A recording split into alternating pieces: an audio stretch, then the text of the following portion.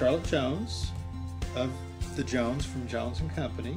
Talk a little bit about the history, where it all started with your father, and where you are today, as far as the firm goes. Well, my dad started off his career as a sole proprietor accountant working down on Main Street. His office was at 320 and a half South Main. You had to walk upstairs. It was above the shoe store. My grandparents had a shoe store, Jones Brothers Better Shoes. Dad's office was upstairs, and we loved going there as a child. There was a machine where you could weigh yourself on the way up. You could put a nickel in, and he had an office upstairs, and that's the only time we got to drink Coca-Colas, was when we went to Dad's office. My mom didn't keep Cokes at home, but Dad started off there as a sole proprietor.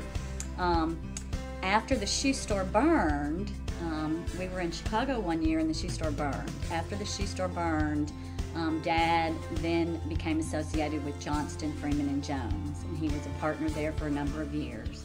And then in December of 1975, he decided to form his own firm. And he and Gene Clayton got together and formed a partnership, Jones, Clayton and Associates. Opened up an office at 2000 East Matthews, and they took one employee from Johnson, Freeman and Jones. They took David Warlow with them, and they had a secretary, and that was basically the office at the beginning. I worked part-time, summers, spring breaks, Christmas breaks, and then over the years, new partners came and went, and it became Jones and Company eventually. I think they got tired of changing the letterhead and the business cards and everything once a partner came or went. But Dad would have liked our current mission statement, because our current mission statement says we build relationships. And that's exactly what my dad did over the years.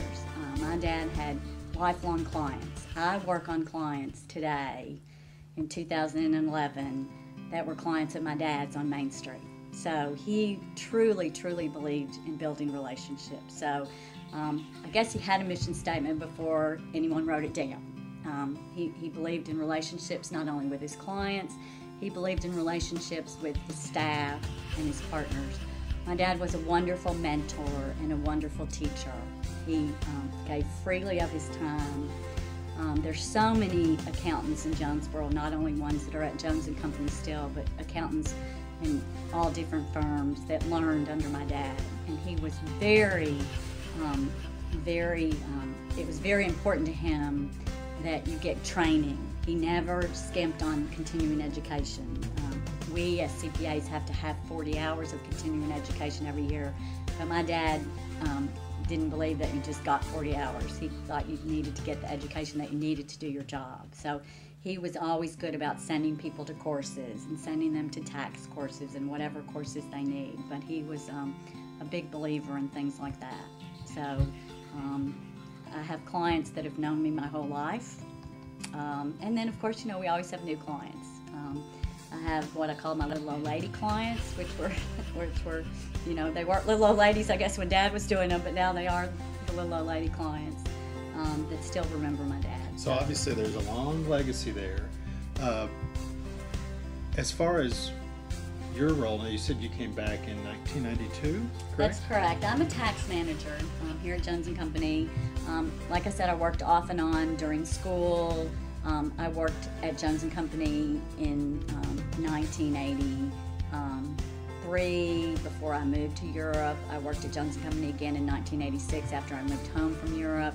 And then I moved back from Chicago in 1992, so I've been here full-time since 1992. And I started off doing both tax and audit, but now I'm just a tax manager. So I've given up the audit. We have people like Jeremy and Kyle that can handle the auditing. So I do tax work, I do tax planning, client consulting, that type of thing.